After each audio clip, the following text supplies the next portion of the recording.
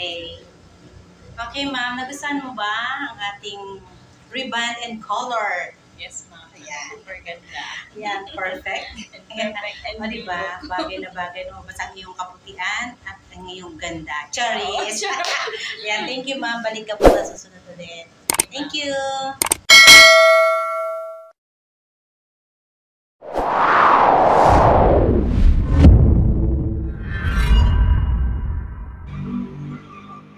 Hello everyone, magandang araw sa lahat. Storytelling na naman po tayo. Ayan, ang ating client ay kadarating lang galing sa Middle East at gusto nga ni ma'am magpakulay lang sana. At pumunta po sila sa isang mall. Alam niyo na kung anong mall yon. Pinakasikat na mall dito sa Pilipinas. Tapos nag-inquire sila kung magkano ang kulay. At nga, kanina mahaba ang buhok ni ma'am. At ginupitan ko na, yan, ginupitan ko ng layered, semi-layered, at kaya ganyan na lang kaiksi. At nag-inquire sila kung how much yung kulay, at yung haba ng hair kanina ni ma'am ay worth 3K daw. Kulay lang po yun, wala pang treatment or anything. Basta kulay lang yung 3K. Siyempre naman si madam, kailangan magtipid-tipid, hindi naman niya dinala ang kaperahan sa Middle East, di ba? So ngayon, nag-ikot-ikot muna sila hanggang napadpad po sila sa aking parlor. Siguro dinala ni Lord yung kanilang mga paa sa aking parlor. O di ba? Kasi medyo may distansya rin yung parlor ko dun sa mall. And then, nag-inquire na nga si madam kasama ang kanyang mister or jowa. O diba, mister na kasi mag-asawa na sila. At nag-inquire lang po sila kung how much ang kulay pero gugupitan pa. At ito na nga po yung length ng gupit na ginawa ko. Semi-layered lang. So, sabi ko, 1.5 lang. At syempre, sabi ko kay madam, gusto mo madam, ay i-ribbon na rin natin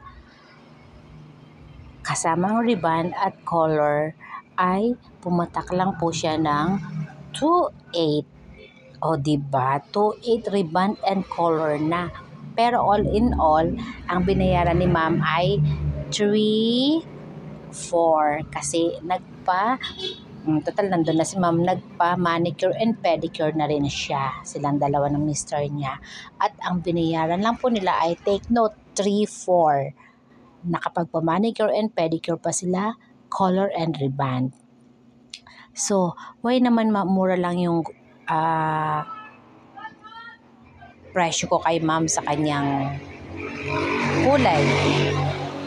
Kasi ang buhok po ni ma'am ay manipis lang at maiksi lang naman. Kaya yung presyo ko sa kanya ng ribbon ay 1.5 lang. Tas yung kulay naman niya is 1.8.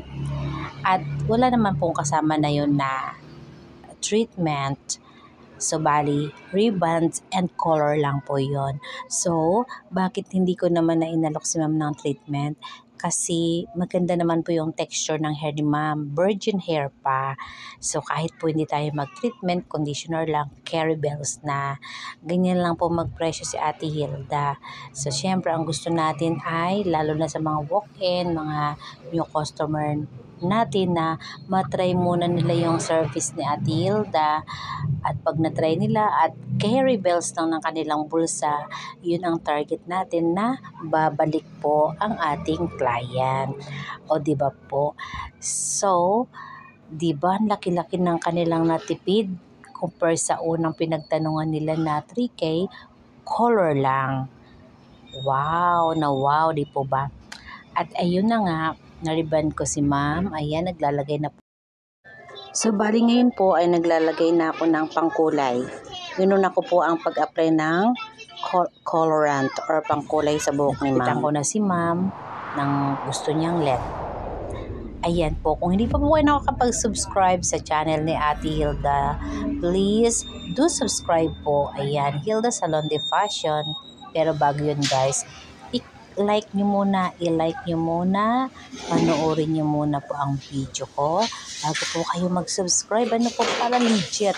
And then i-bell all nyo na rin yung bell sign dyan sa right side yung kalimbang. Kalimbangin nyo na po yun. Yan, di ba? Patunogin nyo po yung kalimbang para po legit na legit nga po. Ayan. So, ang first step na ginawa ko kay Madam ay kinulayan ko po muna siya. Ayan. Na-applyan ko na po siya ng kulay. At ang kulay na gusto ni Ma'am or ang inalok ko sa kanyang kulay dahil may kaputian naman si Ma'am ay ang mga trending na color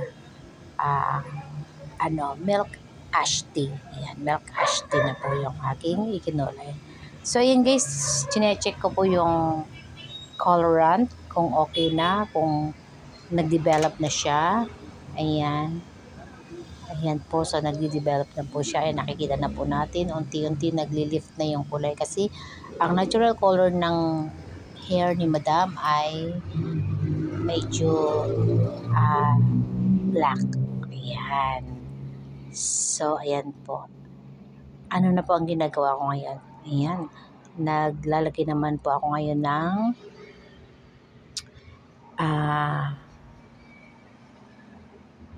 naglalagay na po ako ngayon ng pang-ribbon. Ayan. Pang-ribbon naman po ang ginagawa ko ngayon. Nabanlawan ko na po yung kulay, na-wash na. So, ngayon naman po ay naglalagay ako ng pang-ribbon. Ayan po. Okay, nagpang-ribbon naman po yan. At ini-strand test ko po yung strand ng hair kasi kaya nakita nyo hinihila-hila ko yung hibla, yung strands ng hair para i-check po kung nag-develop na yung pang-ribbon. Ayan, inuna ko po yung kulay kanina para po mas mabilis yung development time na ng pang-ribbon. So this time naman po pang-ribbon na yung in-apply ko sa buhok. Ayan. Nag-i-strand test na po ako. Minomulsify ko na po yung gamot ng pang-ribbon para po evenly malalagyan po yung strands ng hair. Ayan. So, ayan po ni strands test ko po. Ayan, hinihila-hila ko po yan. Bawat strands kasi po pag yung strands ng hair ay parang goma na, diba? Ayan, pag kayo po mga beginner. Ayan, pag po nag-elastic na po yung strands ng hair, ibig sabihin po nun, ready na ang hair para planchahin. Pero po pag nag-strands test kayo at matigas pa rin yung buhok, hindi siya nababanat, ay hilaw pa po yun. So, kailangan po talagang tama ang pagkakababad ng number 1 para ready na po siyang planchahin. Kasi minsan po ba't nababak job at ang ribbon kasi hindi pa fully develop yung gamot ng pang-ribbon, nababalnawan na. So, pag hilaw po sa babad ng pang-ribbon, kahit po anong plancha natin ay buhaghag pa rin po. So, now, blower na kami. After mag-blower, eto, nagpa-plancha na po si Ate Hilda. O, diba? Plancha na po ang ating ginagawa sa buhok ni Madam.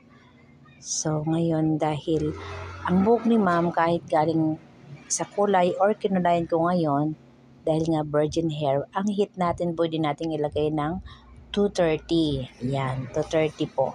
Okay? Yan, syempre, kailangan tuyo na ang buhok bago natin planchahin.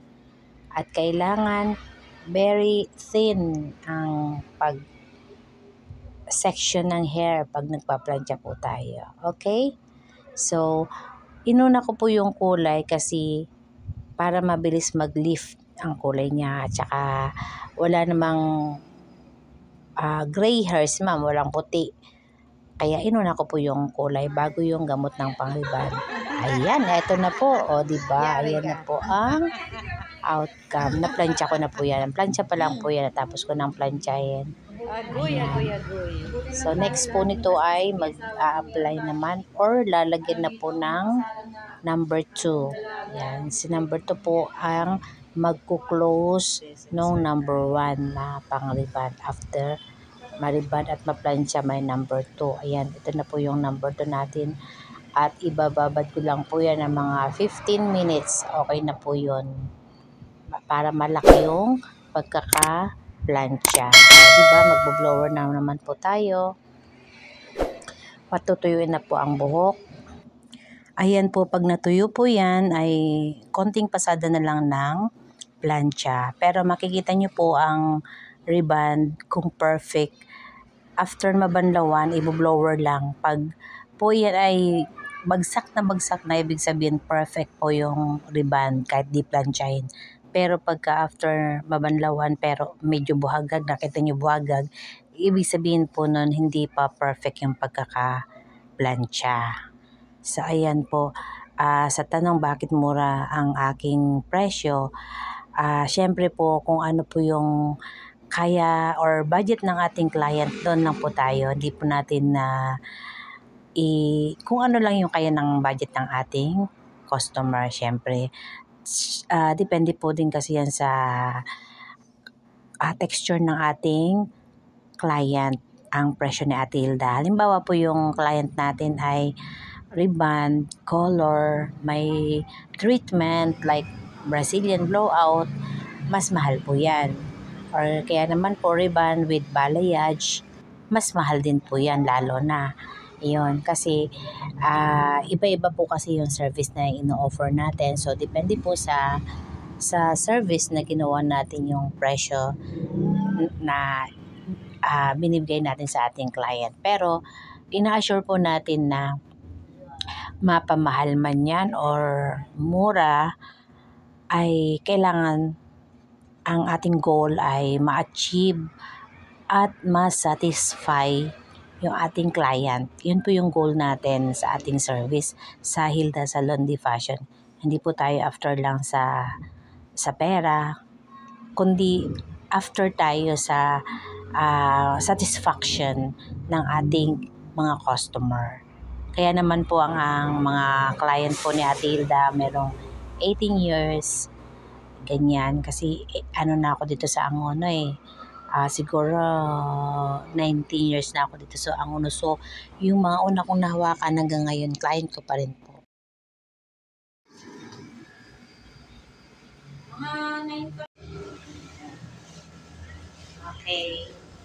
Okay, ma'am. Nagustuhan mo ba ang ating ribbon and color? Yes, ma'am. Ayan guys, satisfied ang ating client at talagang babalik daw po sila. Kaya guys, thank you for watching din and thank you sa ating mga subscribers, sa ating mga viewers. God bless to all. See you next time. Bye!